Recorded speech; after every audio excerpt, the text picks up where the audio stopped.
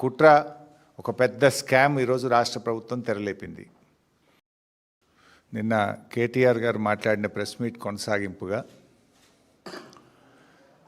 నిన్న మంత్రి గారు శ్రీధర్ బాబు గారు మాట్లాడిన ప్రెస్ మీటు, రాష్ట్ర ప్రభుత్వం తెచ్చిన కొత్త పాలసీ, దీని వెనుక ఉన్న స్కామ్ను ఇంకింత లోతుగా మరిన్ని కీలకమైన విషయాలను ఈరోజు బయటపెడతా ఉన్నాం. స్ట్రైట్గా లాస్ట్లో ఒక 8 క్వశ్చన్స్ ఉంటాయి. అవి 8 కూడా లాస్ట్లో చెప్పడం జరుగుతుంది. అంటే ఇంకా కొన్ని కొత్త అంశాలు, ముఖ్యంగా ఈ హిల్ టీపీ అంటే ఏదైతే Hyderabad industrial land transformation policy అని నిన్న రాష్ట్ర ప్రభుత్వం తెచ్చిందో, ఇది మరొక తాజా స్కామ్. కుంభకోణాలకు కేర్ ఆఫ్ అడ్రస్ అయినటువంటి కాంగ్రెస్ పార్టీ కొత్తగా చేస్తున్నటువంటి తాజా స్కామే ఈ HILTP. నిజంగా చెప్పాలంటే ఇది Hyderabad industrial land transformation policy కాదు, Hyderabad industrial lands looting policy. పారిశ్రామిక వాడల్లోని దాదాపు 10,000 ఎకరాల భూమిని పప్పు బెల్లాల్లో అమ్ముకునేటువంటి ఒక కుట్ర, ఒక పెద్ద స్కామ్ ఈరోజు రాష్ట్ర ప్రభుత్వం తెరలేపింది. అధికారంలో వచ్చిన నాటి నుంచి కూడా రేవంత్ రెడ్డి గారి ప్రభుత్వం అడ్డగోలు దోపిడీ మీదనే దృష్టి పెట్టింది. లగచెర్ల కావచ్చు, HCU భూములు కావచ్చు, ఇట్లా ఏది చూసినా కూడా దాని వెనుక ఒక దోపిడీ. ప్రజలకి ఏం చేయాలనే ధోరణి కంటే కూడా ఎక్కడ ఎంత దోపిడీ చేయాలన్నదే రేవంత్ గారి ఆలోచన విధానం.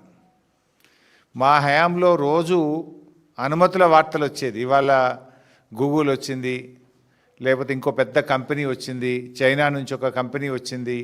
అనుమతుల వార్తలేమో బీఆర్ఎస్ హయాంలో వస్తే, అమ్మకాల వార్తలేమో కాంగ్రెస్ హయాంలో వస్తూ ఉన్నాయి. ఇది బీఆర్ఎస్కు కాంగ్రెస్కు ఉన్న తేడా. ప్రతిరోజు ఒక కొత్త ఇండస్ట్రీ వచ్చింది, కొత్త పెట్టుబడి వచ్చింది అనేది మా పాలసీ. ప్రతిరోజు ఇవాళ హౌసింగ్ బోర్డు భూముల అమ్మకం, ఇవాళ ప్రభుత్వ భూముల అమ్మకం, ఇవాళ TGIC భూముల అమ్మకం, ఇవాళ ఇండస్ట్రియల్ ల్యాండ్ల భూముల అమ్మకం, రోజు భూముల అమ్మకాలు. ఇది కాంగ్రెస్ పార్టీ యొక్క పాలసీ. అంటే గతంలో ఇదే రేవంత్ రెడ్డి గారు, బీఆర్ఎస్ ప్రభుత్వం ప్రజల అవసరాలను దృష్టిలో పెట్టుకొని LB నగర్లో ఒక టిమ్స్ ఆసుపత్రి, సనత్ నగర్లో ఒక టిమ్స్ ఆసుపత్రి, మల్కాజ్గిరిలో అల్వాల్లో ఒక టిమ్స్ ఆసుపత్రి, ఇట్లా మేము అదేవిధంగా ఎర్రమంజిల్ కాలనీలో గవర్నమెంట్ క్వార్టర్స్ R&B ల్యాండ్ ఉంటే మేము అమ్మలే. అక్కడ నిమ్స్లో మరో 2,000 పడకల ఆసుపత్రి ప్రజల అవసరాల కోసం, నిమ్స్ యొక్క ఎక్స్పాన్షన్ 1,400 పడకలు ఉంటే మరో 2,000 యాడ్ చేయాలని చెప్పి మేము ఆలోచించినాం. కానీ రేవంత్ రెడ్డి గారు ఏం ఆలోచిస్తున్నారు? ఎకరాలు, గజాలు, గుంటలు మొత్తం అమ్ముతున్నాడు. చివరికి హౌసింగ్ బోర్డులో మొన్న ఏదో పేపర్లో యాడ్ వస్తే చూసిన, కుక్కట్పల్లిలో 6 గజాలు 8 గజాలు కూడా అమ్ముతుండు. ఆడ 8 గజాలు పెట్టుంటే దాన్ని కూడా అమ్మకానికి పెట్టిండు. 8 గజాలు 6 గజాలు కూడా అమ్ముతుండు. 1000 ఎకరాలు అమ్ముతుండు, గుంటలు అమ్ముతున్నాడు, గజాలు కూడా అమ్ముతున్నాడు. ఏం మిగులుస్తలేడు. గతంలో ఇదే రేవంత్ రెడ్డి గారు ఏమన్నారు? ఆనాడు బీఆర్ఎస్ ప్రభుత్వము ప్రభుత్వ అవసరాలను గుర్తుంచుకొని అక్కడో ఇక్కడో నిరుపయోగమైనటువంటి భూములను ఈ రాష్ట్రం యొక్క ప్రజల అవసరాల కోసం మేము అమ్మితే ఆ రోజు అడ్డగోలుగా మాట్లాడినాడు. ఒకసారి ఆ వీడియో కూడా చూద్దాం. ఇది పెద్దలు ఇచ్చిన ఆస్తి. మనం బ్రతకడానికి, మన సోకులకు ఈ భూములు అమ్మొద్దు. ఒకవేళ ఈ భూములను అమ్మితే భవిష్యత్తులో ప్రజల అవసరం కోసం ఏదైనా నిర్మించాలన్నా ప్రభుత్వ ఆసుపత్రులు కానీ, విద్యాలయాలు కానీ, చివరికి చచ్చిపోతే శ్మశానాలకు కూడా భూమి లేని పరిస్థితి ఉంటది. వీటిని ఎట్టి పరిస్థితుల్లో అమ్మకూడదు. తెలంగాణ జాతి సంపదను భవిష్యత్ తరాలకు ప్రభుత్వ భూమి అందుబాటులో లేకపోతే చివరికి శ్మశానాలకు కూడా కరువు వచ్చే పరిస్థితి ఉంటది. కాబట్టి ఈ భూములను అమ్మొద్దు అని చెప్పి ఒక పక్కన తెలంగాణ వాదులు చర్చ చేస్తున్నారు.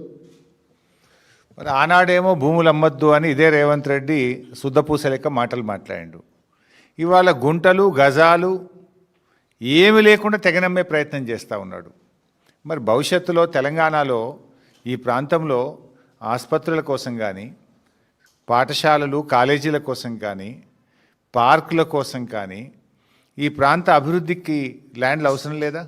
మొన్న జూబ్లీ హిల్స్ ఎన్నికల్లో చూసాం, హడావిడిగా రేవంత్ రెడ్డి గారు ముస్లిం గ్రేవ్ యార్డ్కు కబ్రస్థాన్కు ల్యాండ్ కేటాయిస్తే అది మిలిటరీ వాళ్ళు వచ్చి మా ల్యాండ్ అన్నారు. మరి ఆ ల్యాండ్ లేక ఇబ్బంది అవుతుంది కదా. మరి ఇటువంటి భూములను కాపాడి పెట్టుకుంటే రేపు తెలంగాణలో భవిష్యత్ అవసరాలకు అవసరం ఉండవా? ఇతర రాష్ట్రాల్లో ఏం చేస్తున్నారు? ఇట్లాంటి పారిశ్రామిక ల్యాండ్స్ మహారాష్ట్ర కానీ కొన్ని రాష్ట్రాలు గుజరాత్ కానీ సిటీ డెవలప్ అయితే 50% భూమి ప్రభుత్వం తీసుకుంటుంది, మిగతా 50%ను ఇలాంటి ఓ 50% 100% ఫీజు తీసుకొని రెగ్యులరైజ్ చేస్తుండ్రు. కానీ నువ్వేం చేస్తున్నావు? 30%కే పప్పు బెల్లాలకు కట్టబెడుతున్నావు. ఒక విధానం లేదు. ఇవాళ రేవంత్ రెడ్డి గారు హెచ్ఎండిఏ భూములు, టీజీఐసి భూములు, హౌసింగ్ బోర్డులు భూములు, స్వగృహ భూములు ఏవి లేకుండా తెగనెమ్ముతా ఉన్నాడు. ఈయన అనుముల రేవంత్ రెడ్డి కాదు, అమ్మకాల రేవంత్ రెడ్డి అయిపోయాడు. మొత్తం రాష్ట్రాన్ని అమ్మదొప్పుతూ ఉన్నాడు. ఇవాళ దేశంలోనే అతిపెద్ద కుంభకోణం ఇవాళ కాంగ్రెస్ పార్టీ తెరలేపిందని చెప్పొచ్చు. బీఆర్ఎస్ పార్టీ చెప్పినటువంటి మాటలు, నిన్న కేటీఆర్ గారు చెప్పినటువంటి మాటలు అక్షర సత్యము అని నిన్నటి మంత్రి గారి మాటలతో రుజువైపోయింది, తేటతెల్లమైపోయింది. థ్యాంక్స్ టు శ్రీధర్ బాబు గారు. నిజాన్ని కొంతవరకు ఒప్పుకున్నాడు. ఆయన కొంత దాచే ప్రయత్నం చేసింది కానీ కొన్ని ఒప్పుకోక తప్పలేదు. ఈ HILTP హిల్ టీపీ పాలసీ ఏదైతే ఉందో